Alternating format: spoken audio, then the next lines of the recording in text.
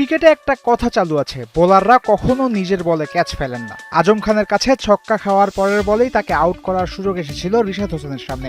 উল্টো দিকে বেশ খানিকটা দৌড়ে গিয়ে সর্বোচ্চ চেষ্টা করেছিলেন বলটা তালুবন্দি করার, কিন্তু শেষ পর্যন্ত ব্যর্থ হয়েছেন। মাটিতে বসে আফসোসে পড়েছেন রিশাদ। যারা ক্রিকেট খেলেছেন তারা জানবেন, একটা ক্যাচ মিস করার পর ফিল্ডার প্রতীক্ষায় থাকে আরেকটা ক্যাচের, যেন সেটা তালুবন্দি করে করা যায় প্রায়শ্চিত্ত। রিশাদ পেয়েছেন সেই সুযোগ। পরের ওভারেই রিশাদের দিকে ধেয়ে এসেছে ওয়ার্নারের মারা বল। বাউন্ডারি লাইনে সেই ক্যাচ নিয়ে ম্যাচে পিন্ডিকে ফিরিয়েছেন রিশাদ, কেননা তখনও করাচি কিংসের দরকার 4 ওভারে 45। কিন্তু কপালে লিখা না থাকলে কোনো দল ম্যাচ জিতবে কি করে? 17তম ওভারে বোলিং করতে এসে ইনজুরিতে পড়েন নাসিম শাহ, উঠে যেতে হয় মাঠ থেকে। নাসিমের ওভারের বাকি 3 বল করেন কিউই স্পিনার কোল ম্যাকঞ্চি। 3 বলে আজম খান নেন 16 রান।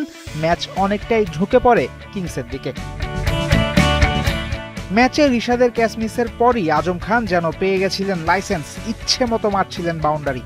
ইস, যদি ক্যাচটা না মিস করতাম।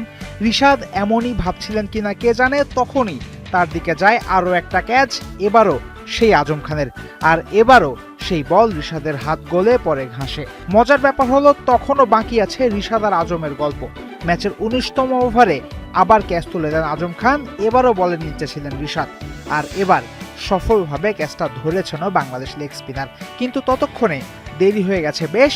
করাচির তখন দরকার 10 বলে 10।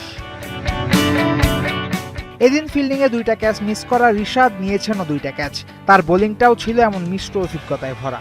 197 রান ডিফেন্ড করতে নেমে প্রথম 2 ওভারে মাত্র 12 রান দেন রিশাদ। বুদ্ধিদীপ্ত বোলিংয়ে বোকা বানিয়েছেন ডেভিড ওয়ার্নারকেও, কিন্তু স্পেলের শেষ 2 ওভারে রান লিক করেছেন রিশাদ। 3 নম্বর ওভারে 10 এবং 4র্থ ওভারে 16 রান কনসিড করে ম্যাচে রিশাদ 4 ওভারে কোনো উইকেট ছাড়াই দিয়েছেন 38 রান। পিএসএল এর নতুন দল রাওয়ালপিন্ডি পিন্ডিজ নিজেদের প্রথম 2 ম্যাচেই হেরে এখনো পয়েন্ট টেবিলে নাম তুলতে পারেনি। প্রথম জয়ের লক্ষ্যে রিশাদের দল ইসলামাবাদ ইউনাইটেডের মুখোমুখি হবে শনিবার 4 এপ্রিল। ফয়সাল হাবিব, 71।